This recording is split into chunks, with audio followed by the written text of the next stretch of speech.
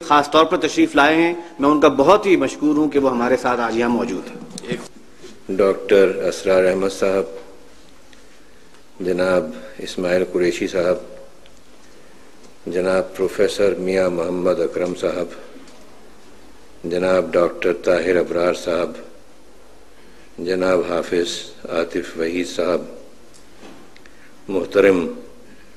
خواتین و حضرات، سب سے پہلے تو میں انجمن خدام القرآن کو مبارکباد پیش کرنا چاہوں گا کہ انہوں نے موجودہ حالات میں اور ایک ایسے وقت جبکہ یہ سود کا مسئلہ تقریباً پس پش جا چکا ہے، اس کو دوبارہ اٹھانے کی جسارت کی، اور جیسا کہ ہم سب حاضرین کی یہاں موجودگی سے ظاہر ہے کہ یہ الحمدللہ ایک نہایت کامیاب کاوش ہے،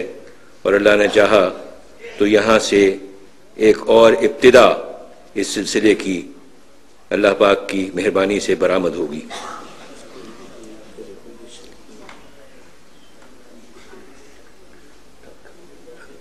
آخری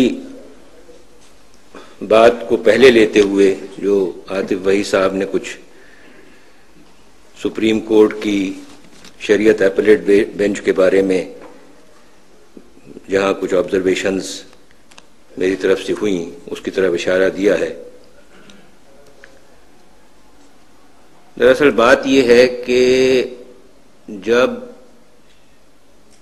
آپ کسی عدالت میں بیٹھتے ہیں تو وہاں آپ کے رجحانات کیا ہیں، آپ کے خیالات کیا ہیں، اس کا اظہار نہیں ہونا چاہیے۔ کسی بھی پارٹی کو کسی وقت بھی یہ احساس نہیں ہونا چاہیے کہ یہ جج ہمارے ساتھ ہے یا ہمارے خلاف ہے، اور اس کا بہترین طریقہ کار جو ہے وہ یہ ہے کہ ذرا سی بھی کوئی بات، ذرا سا بھی کوئی سوالیہ نشان ہو تو وہ بات کرنی چاہیے، اور اس کے بعد جب فیصلے کا وقت آئے تو جو بھی درست فیصلہ ہے وہ صادر کرنا چاہیے۔ تو دراصل یہی ہوا اس کیس کے اندر بھی کہ کچھ سوالات تھے جو واضح طریقے سے اٹھ رہے تھے، وہ سوالات ان لوگوں سے بھی کیے گئے جو کہ سود کے خلاف بحث کر رہے تھے، اور پھر بعد میں ان سے بھی کیے گئے جو سود کے حق میں حکومت کی طرف سے بحث کر رہے تھے۔ اب میں جو آپ کی خدمت میں عرض کر رہا ہوں اس سے ابتدا کرتا ہوں۔ یہ ایک جرمن فلاسفر تھا، ہیگل، 1831 اس کی تاریخ وفات ہے، اور ہم آج مسلمان جس دور سے گزر رہے ہیں اس کی نشاندہی اس نے 19ویں صدی عیسوی کے اوائل میں اس طرح کی تھی۔ Islam has long since disappeared. Islam has long since disappeared from the stage of history. Islam has long since disappeared from the stage of history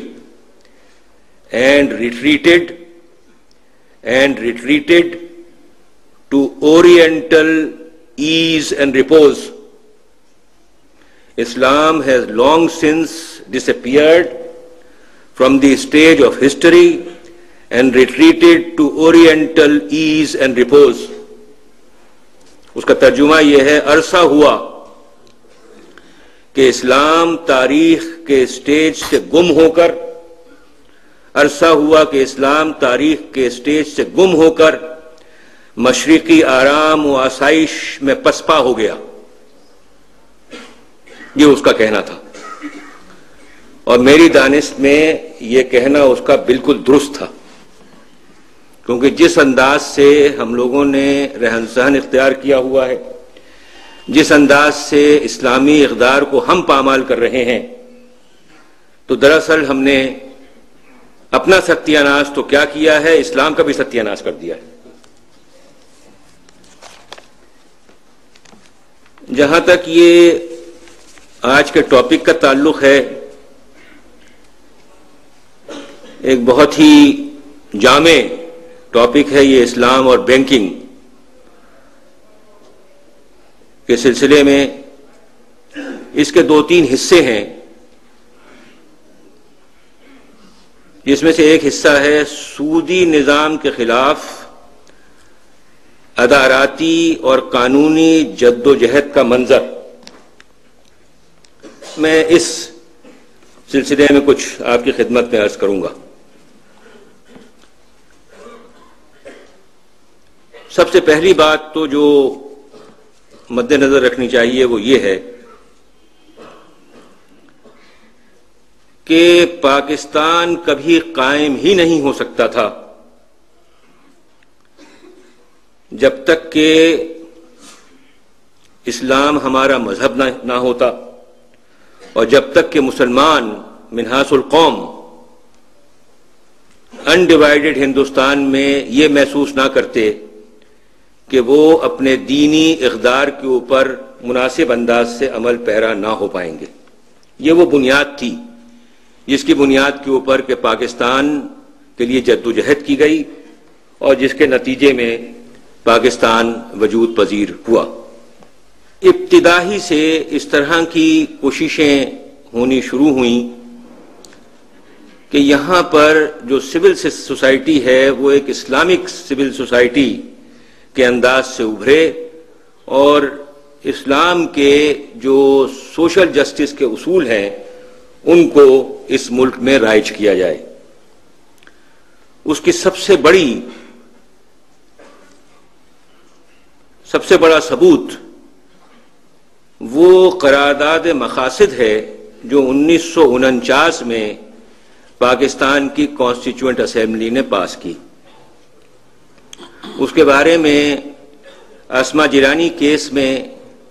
1972 میں سپریم کورٹ آف پاکستان نے یہ کہا کہ یہ قرارداد مقاصد پاکستان کا گرون نارم ہے۔ یعنی یہ وہ زمانہ تھا جبکہ یحییٰ خان 1962 کا دستور ایبروگیٹ کر چکے تھے، مشرقی پاکستان ہم سے علیحدہ ہو چکا تھا، اور کوئی دستور اس ملک میں موجود نہیں تھا۔ اس وقت سپریم کورٹ نے یہ کہا کہ یہ 1949 کی قرارداد مقاصد پاکستان کا گرون نارم ہے، اور اگر ہمارے ہاں کانسٹیٹیوشن نہ بھی ہو تو اس ملک میں قوانین کی بنیاد اسی قرارداد مقاصد کے اوپر رکھی جانی چاہیے۔ اب اس میں بہت ساری چیزیں ہیں، لیکن بنیادی چیز جو ہے وہ یہ ہے کہ یہ ملک قائم اس لیے ہوا ہے کہ یہاں پر مسلمان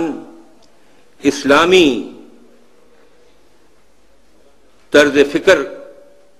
کی بنیاد پر اپنی زندگی گزار سکیں، اور یہاں پر اسلامک سوشل جسٹس قائم ہو۔ یہ بنیادی چیزیں ہیں، اور اس سے بھی بڑی ایک چیز یہ ہے کہ اس قرارداد میں یہ ڈکلیئر کیا گیا کہ sovereignty over the entire universe belongs to Almighty Allah، یعنی اصل حاکمیت اللہ پاک کی ہے۔